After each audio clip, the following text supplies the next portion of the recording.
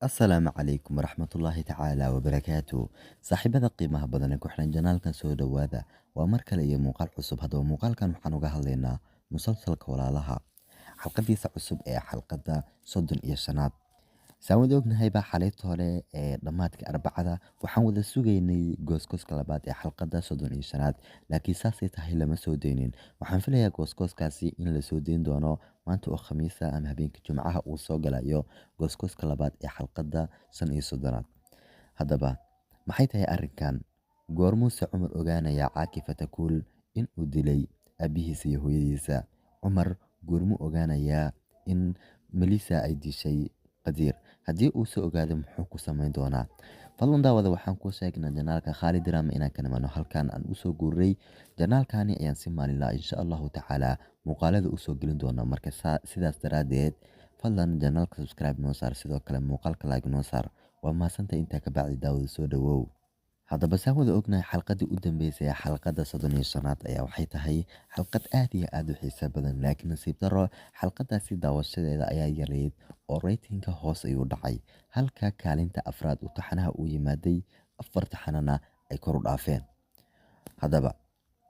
xalqadan soo socota xiise may leedahay saan wada ognahayba gooskooska xalqada 35aad waxa uu ahaa goosgoos ka duwan gooskoosyadii hore ama goosgoos aan la xiisayn doonin xalqada soo socota sababtoo ah gooskooska wax micno lamuun ku saabsanayn keliya gooskooska xalqada 35aad muhiimadiisu waxay ahayd in cumar aasiya iyo emil tiyareed meesha ay ka tagi doonaan ama moorada ay geli jireen ay ka tagi doonaan oo ay tagayaan guri weyn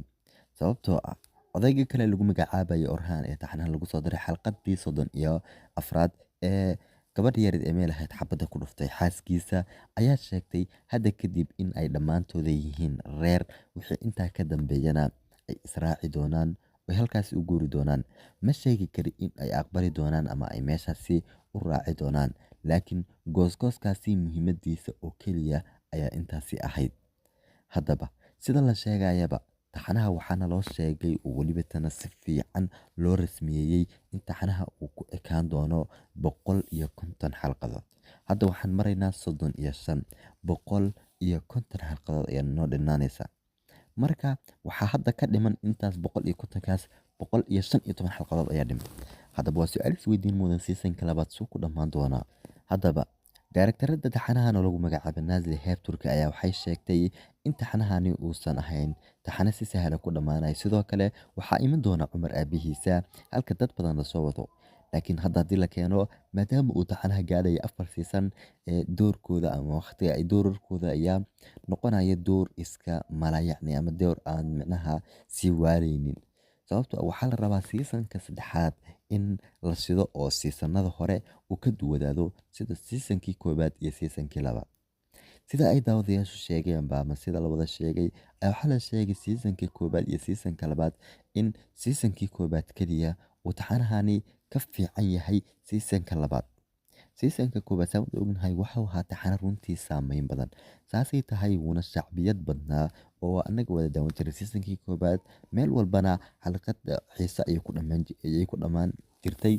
laakiin kadib markii laga saaray melisa iyo qadiir taxanaha waxa uu isbedelay sidii horena ma aha haddaba aan gudagalla mawduuceena maanta cumar goormuu ogaanayaa melisa in ay dishay qadiir haddii uu ogaadase muxuu sameynayaa haddaba sida ugu horeysa ama akhbaarta ugu horeysa ee naloo sheegaya waxay tahay cumar xilliga uu ogaan doono melisa in ay dishay walaalkiisa waa xilli uu ka samray walaalkiisa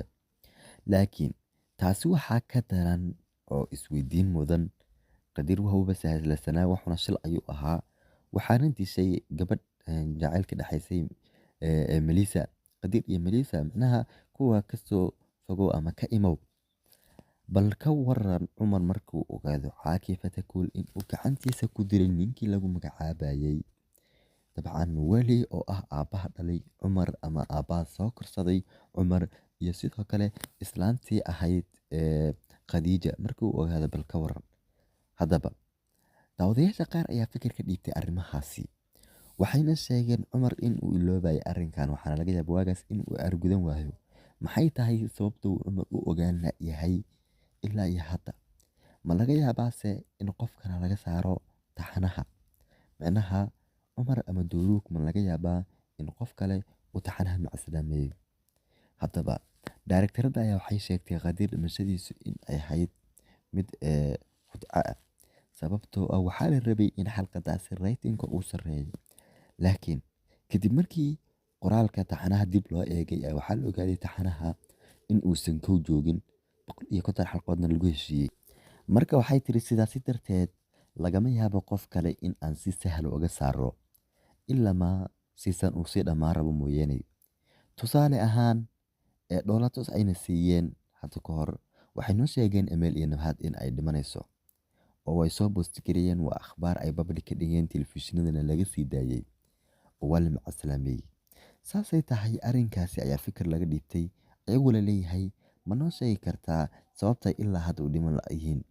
Kadib dhoolatus ayay samaysay si xalqada raytinkeedu uu dib ugu soo laabto. Waa taa xalqada raytinkeedu dib u soo laabtay markii la dhahay Nabhad ayaa caaw dhimanaysa ama Emeel oo wata xalqadii daawashadeedii kor u kacay 10.44.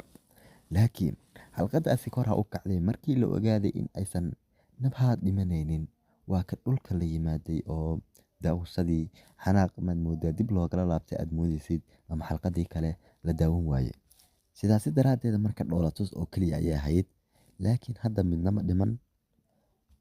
oo xalqadaha soo socda ayayna macasalaameyn doonaan Emeel iyo Nabhad ama seasonka dhammaadkiisa. Laakiin suurtagal ma aha hal mar in ay labadooduba macasalaameeyaan. Afartaas season ee taxanaha lagu wado dhexdiisa ayaa si farsamaysan nologa saari doonaa Emeel iyo Nabhad. Waa tahay goorma iman doontaa askariyadii cusbayd aan hadda ka hor sheegnay in lagu soo dari doono. Askariyadaasi waxay iman doontaa kadib marka Cumar la soo gudboonato xaalad adag marka uu Cumar galo ay askariyadaasi caawimaad siin doontaa. Saawada ognahayba Qadiir markuu dhintay waxay ahayd xalqada 29aad xalqada 30aad iyo 31aadba Cumar waxa uu ku jiray baadigoobka qofka dilay walaalkiisa.